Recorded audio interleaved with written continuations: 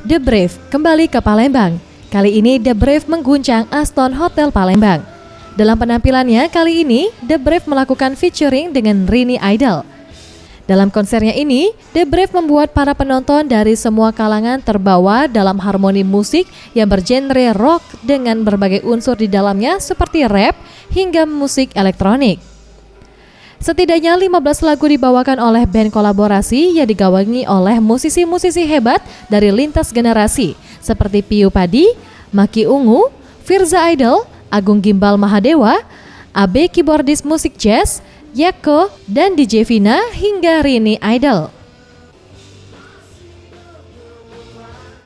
Dan Brave senang sekali bisa ada di kota Palembang hari ini karena kota Palembang penuh dengan empek-empeknya.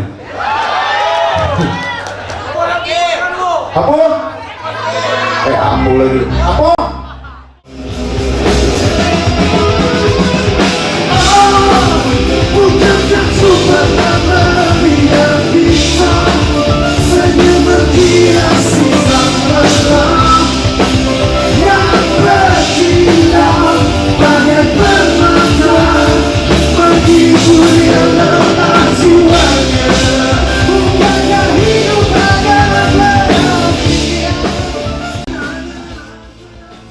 Di antara 15 lagu yang dibawakan oleh The Brave, setidaknya terdapat 2 lagu andalan yang membuat para penonton histeris di awal konser, yakni Sang Penghibur dari Padi dan Cukup Siti Nurbaya dari Dewa.